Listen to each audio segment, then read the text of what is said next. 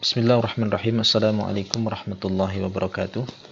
Alhamdulillah hamdan katsiran tayyiban mubarakan fih kama yuhibbu rabbuna wa yarda. Asyhadu an la ilaha illallah wahdahu la syarika lah wa asyhadu anna Muhammadan abduhu wa rasuluh. Amma ba'd. Anak-anakku sekalian kelas 5 yang saya cintai dan saya banggakan. Alhamdulillah kembali kita bertemu dalam pelajaran akidah. InsyaAllah kita akan melanjutkan pelajaran kita. Pokok pembahasan kali ini adalah tentang pembahasan bersabar atas gangguan dalam berdakwah kepada tauhid.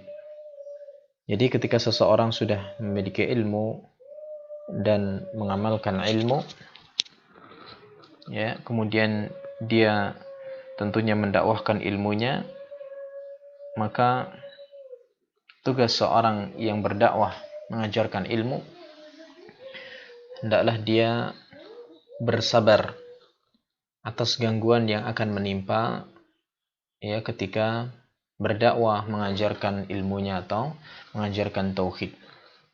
Baik anak-anak sekalian yang dirahmati Allah Subhanahu wa taala. Poin yang pertama adalah apa makna sabar? Sering kita mendengar sabar, ya. Sabar adalah seseorang menahan jiwanya, menahan nafsunya. Ya, nafsu itu keinginan pada jiwa. Ya, misalnya keinginan untuk marah, murka, benci, dan seterusnya. Tapi orang yang bersabar adalah seseorang yang mampu menahan jiwa atau nafsunya untuk tetap berada di atas ketaatan kepada Allah Ta'ala, untuk tetap berada dalam ketaatan kepada Allah Subhanahu wa Ta'ala. Demikian pula menahan dari bermaksiat kepada Allah, menahan dari berkeluh kesah terhadap takdir Allah. Ya, baik. Sehingga dia akan menahan jiwanya dari rasa marah, jengkel, dan bosan. Misalnya ketika mengajarkan ilmu, mengajarkan tauhid, ya, mungkin orang yang diajarkan, orang yang didakwai, ya, tidak taat, tidak mengikuti, maka terkadang timbul rasa marah, jengkel, atau bosan. Maka seorang yang bersabar harus menahan jiwanya dari semua itu. Dan selalu semangat dalam menjalankan dakwah, berdakwah kepada tauhid, kepada Allah Subhanahu wa Ta'ala semata, mengharapkan ridha Allah semata. Maka seorang dai itu seorang yang menyampaikan ilmu, dan kalian nanti akan menjadi dai kalau sudah besar, akan berdakwah mengajarkan ilmu minimalnya kepada keluarga kalian, kepada anak istri dan juga orang tua, teman-teman, tetangga, dan lain sebagainya. Maka seorang dai atau pengajar yang mendakwahkan ilmu wajib untuk bersabar atas gangguan yang menimpanya saat berdakwah. Seperti ketika dicela, mendapatkan celaan, olok-olokan, diejek, atau kedustaan, ya. Atau yang semisalnya, dia akan bersabar, ya, mengharapkan ridha Allah semata. Baik. Allah Subhanahu wa Ta'ala pernah berfirman dalam surah An-Nahl ayat yang ke-17, perhatikan Allah berfirman, "Wasbir wa ma sabruka illa billah wa la tahzan 'alaihim wa la taku fi daikin mimma yamkurun." Baik. Allah berfirman, bersabarlah wahai Muhammad. Ditujukan ayat ini kepada Nabi kita Muhammad sallallahu alaihi wasallam, namun juga ditujukan kepada seluruh umatnya yang berdakwah seperti Rasulullah. Bersabarlah wahai Muhammad, dan tiadalah kesabaranmu itu melainkan dengan pertolongan Allah. Artinya dalam kita bersabar, kita harus banyak memohon pertolongan kepada Allah, berdoa kepada Allah. Kita tidak bisa bersabar kecuali dengan pertolongan Allah. Dan janganlah kamu bersedih hati terhadap kekafiran mereka. Janganlah kamu bersempit dada, artinya memiliki dada yang sempit, terhadap apa yang mereka tipu dayakan, yang dibikin tipu daya kepada kamu. Iya. Ini perintah dari Allah Subhanahu wa taala kepada Nabi kita Muhammad dan juga kepada umatnya yang mengikuti jejak Rasulullah untuk bersabar ketika berdakwah ilallah. Baik. Diringkas oleh Al-Imam Ibnul Qayyim rahimahullahu taala, beliau mengatakan bahwa sabar itu terbagi menjadi 3 bagian dalam berdakwah atau dalam kehidupan ini. Yang pertama adalah sabar di atas ketaatan kepada Allah. Orang menjalankan ketaatan, menjalankan ibadah, itu dibutuhkan kesabaran. Misalnya salat. Kita salat harus sabar. Kalau tidak sabar maka dia tidak akan mampu menunaikan salat dengan baik. Menuntut ilmu harus bersabar. Ya. Membaca Al-Quran harus bersabar. Ya. Kemudian apapun bentuk ketaatan kepada Allah butuh bersabar. Yang kedua adalah sabar dalam menjauhi hal-hal yang dilarang oleh Allah. Misalnya ada sesuatu yang dilarang oleh Allah. Hati kita, keinginan kita ingin mengambilnya.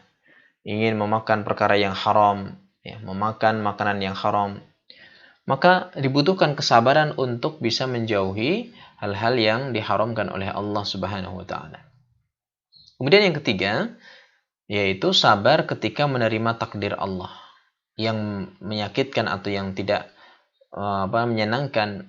Ya, misalnya Allah takdirkan sakit menimpa pada tubuh kita, maka harus bersabar menjalankan takdir Allah Subhanahu wa taala, baik yang ditimpakan langsung kepadanya ataupun yang secara tidak langsung, yaitu melalui tangan-tangan manusia yang mengganggunya. Misalnya dia diganggu, tidak mendapatkan misalnya musibah secara langsung atau ujian secara langsung, tapi melalui orang lain.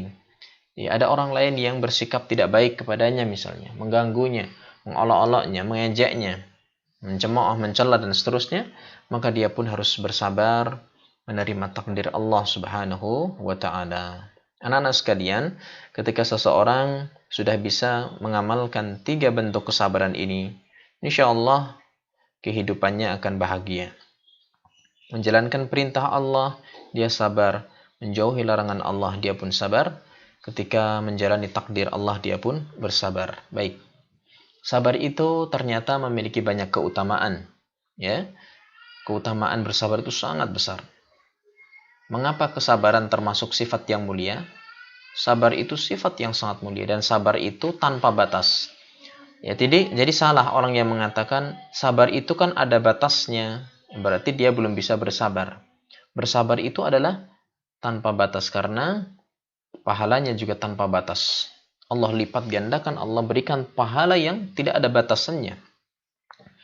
Sebab kesabaran itu memiliki keutamaan yang sangat agung. Di antaranya, yang pertama, Allah Subhanahu wa taala akan memberikan balasan bagi orang yang bersabar, pahala tanpa batasan. Jadi sangat banyak sekali, bahkan tidak ada batasannya kecuali hanya Allah yang tahu. Luar biasa. Tapi memang sabar itu adalah perkara yang sulit, perkara yang sangat sulit. Allah berfirman, "Innama yuwaffas sabiruna ajrahum bighairi hisab." Sesungguhnya hanyalah orang-orang yang bersabar yang dicukupkan pahala mereka tanpa batas. Jadi pahala mereka sangat banyak tanpa batas. Ya, ini keutamanya. Makanya marilah kita berlatih untuk bersabar ketika mungkin ya di sekolah bersama teman. Ya, kita harus bersabar, tidak boleh mudah terpancing emosi di rumah. Ya, kita harus bersabar menjalankan ketaatan, rajin belajar, menuntut ilmu, membaca Al-Quran, membantu orang tua. Dibutuhkan kesabaran, harus bersabar. Yang kedua, keutamaan bersabar. Bersabar itu dapat meninggikan derajat seseorang ketika di surga kelak. Ketika sudah masuk surga, dia bisa naik derajatnya ke yang tinggi dengan sabar, dengan sifat sabar ini.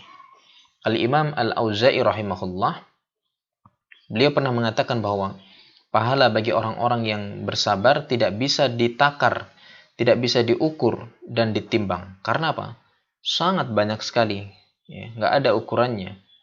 Mereka benar-benar mendapatkan ketinggian derajat yang tinggi, akan mendapatkan ketinggian derajat yang yang tinggi. Baik, yang ketiga anak-anak, yaitu seorang yang bersabar, balasan bagi orang yang bersabar adalah surga. Itu pasti.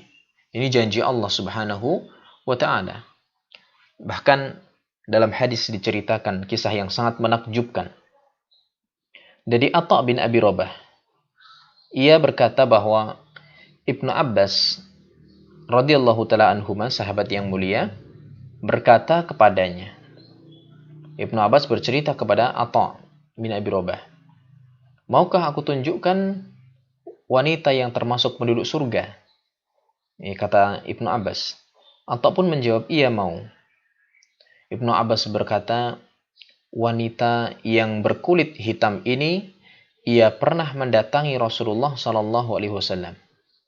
Lantas ia pun berkata," wanita itu berkata kepada Rasul, "Aku menderita penyakit ayan." Penyakit ayan, suatu penyakit. "Dan auratku ketika kumat atau ketika kambuh, ini penyakitku sering terbuka karena penyakit itu." Artinya mungkin seperti orang tidak sadar sehingga dia auratnya terbuka. Maka wanita itu mengatakan, "Berdoalah kepada Allah untukku, wahai Nabi,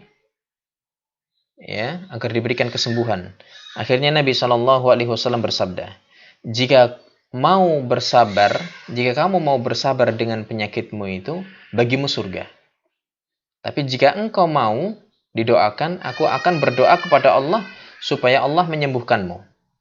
Lantas, Masya Allah, wanita itu berkata, "Aku lebih memilih bersabar di atas penyakit ini dan mendapatkan surga daripada dia sembuh tapi belum tentu mendapatkan surga."